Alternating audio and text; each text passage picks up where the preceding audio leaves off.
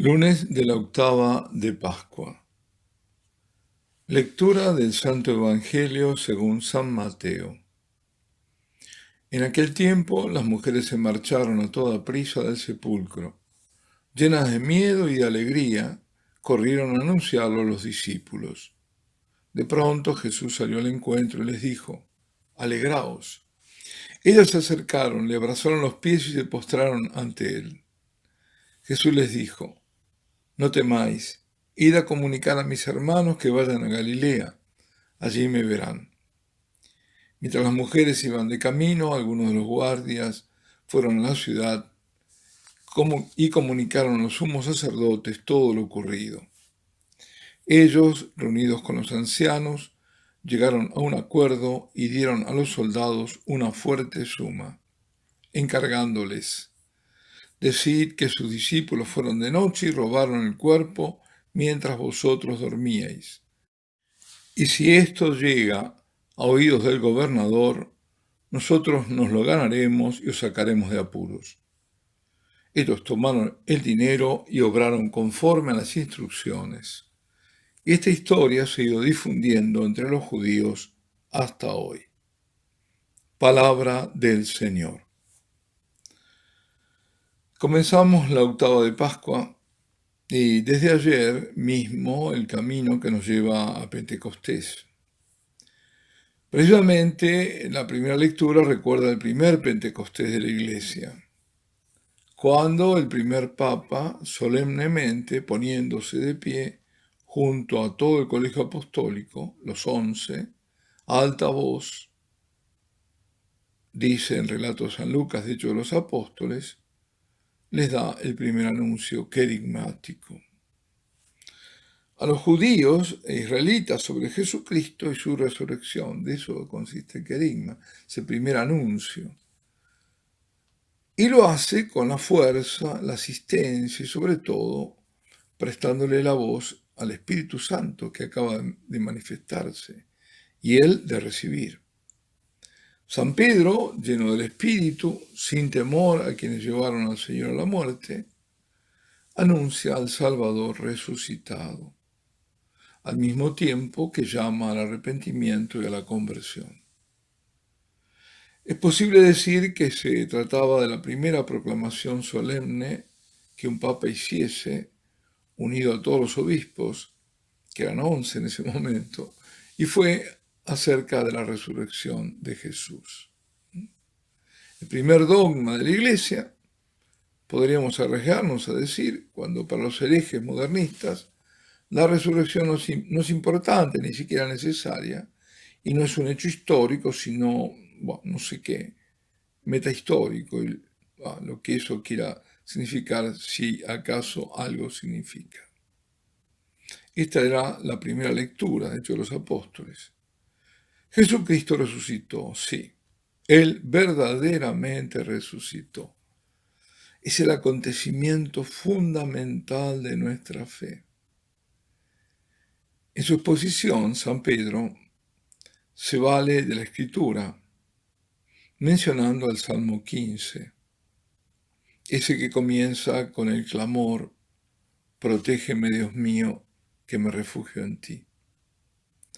No es David, dice San Pedro, aunque David es el autor, pero no es David que habla de sí mismo, sino del Mesías que debía venir y de su resurrección, aludiendo a esos versos cuando dice: «No me abandonarás en el lugar de los muertos, ni dejarás a tu fiel ver la corrupción».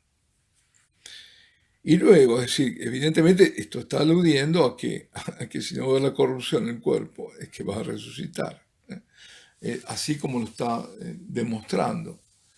Y luego se proclama él mismo, Pedro, testigo de la resurrección, no solo él, sino todos los que estaban con él en ese momento. Somos, dicen otros, testigos de esto. Y hoy la liturgia nos presenta la resurrección desde el relato de San Mateo, que ese ha sido el evangelio recién proclamado. Es el primer día de la semana, desde muy temprano, dos mujeres María la Magdalena y la otra María dice simplemente, pero se está refiriendo al evangelista, a la madre de Santiago el Menor, Jacobo, Santiago el Menor, también llamada María de Cleofás o de Alfeo. ¿Por qué? Porque así se llamaba su marido, era la mujer de Cleofás. Es decir, la otra María.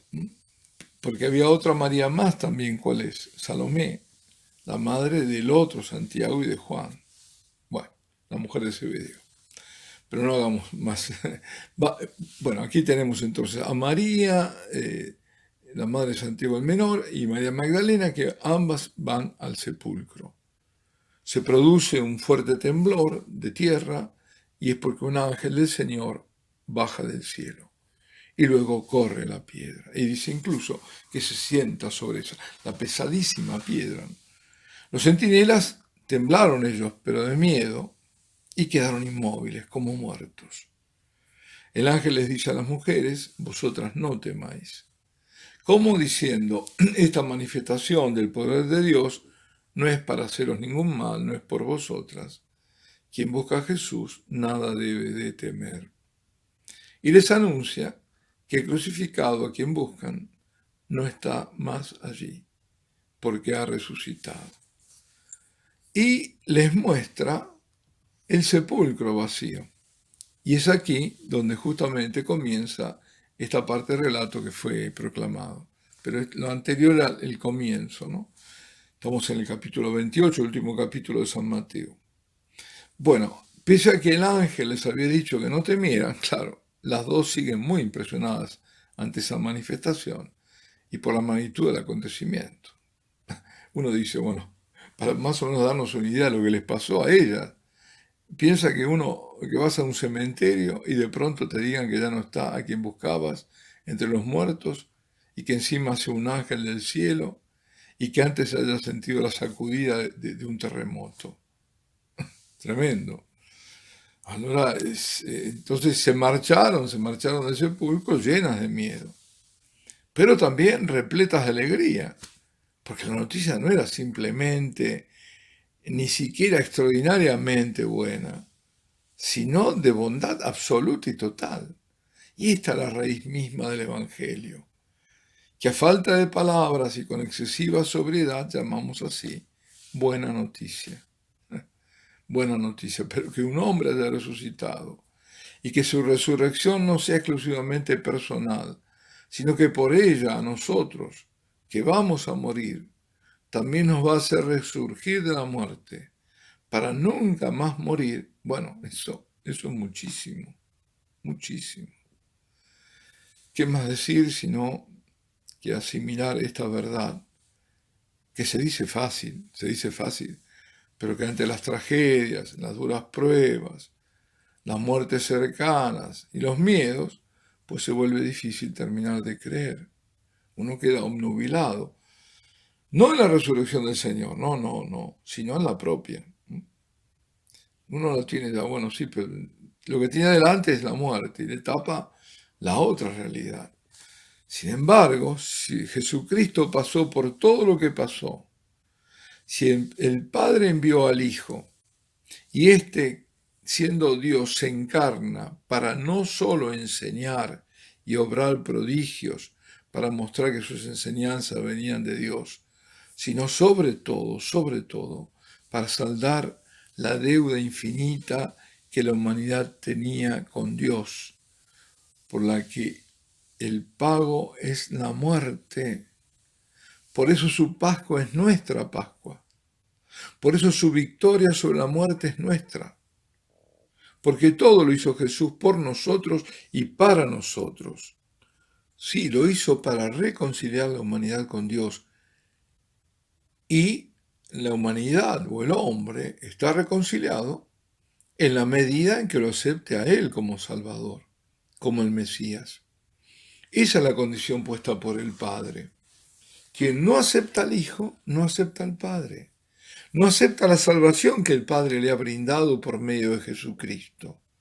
No aceptando a Jesús, a su pasión, muerte y resurrección, y reconociéndolo, no aceptándolo como el único Salvador, como el Salvador personal cierra el acceso al único camino al Padre. Se cierra a la verdad, se cierra a la vida. Porque cierra a Cristo, que es el camino, la verdad y la vida. En otras palabras, en pobres palabras diría, Cristo no resucitó para Él, sino para nosotros. No fue a la muerte para Él, sino para nosotros, para que podamos reconciliarnos con Dios y tengamos la vida eterna. Por eso, su resurrección es mi resurrección y la tuya. Y cuando las dos Marías, además, volviendo al relato, iban corriendo, se encontraron nada menos que con Jesús y les dio el mandamiento pascual: alegraos. Ser testigos del resucitado, como fueron ellas, primero y luego todos los demás, es ser testigos de alegría. El Señor ha resucitado, sí, Él verdaderamente ha resucitado. Pasamos nosotros también de la muerte a la vida. Y ellas, primero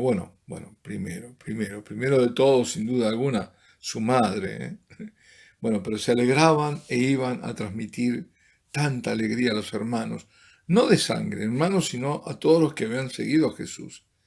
Y los centinelas iban a comunicar lo que había pasado a los sumos sacerdotes, como que se cruzan, uno va para un lado, otro.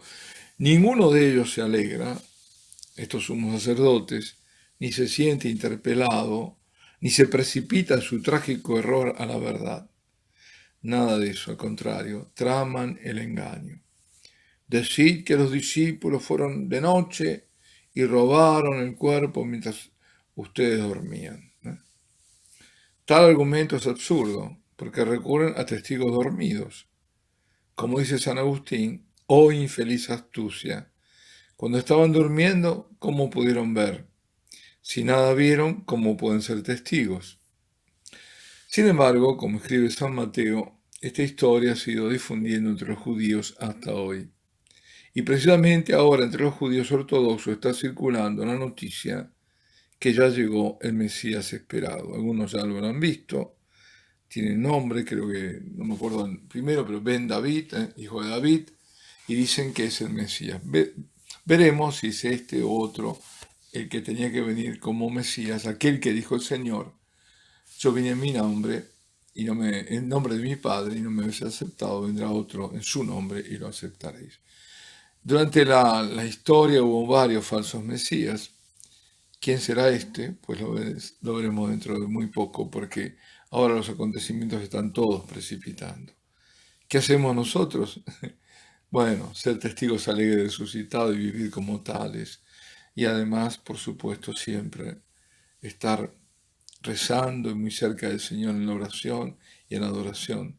Hacer como las mujeres que se postraron ante Él.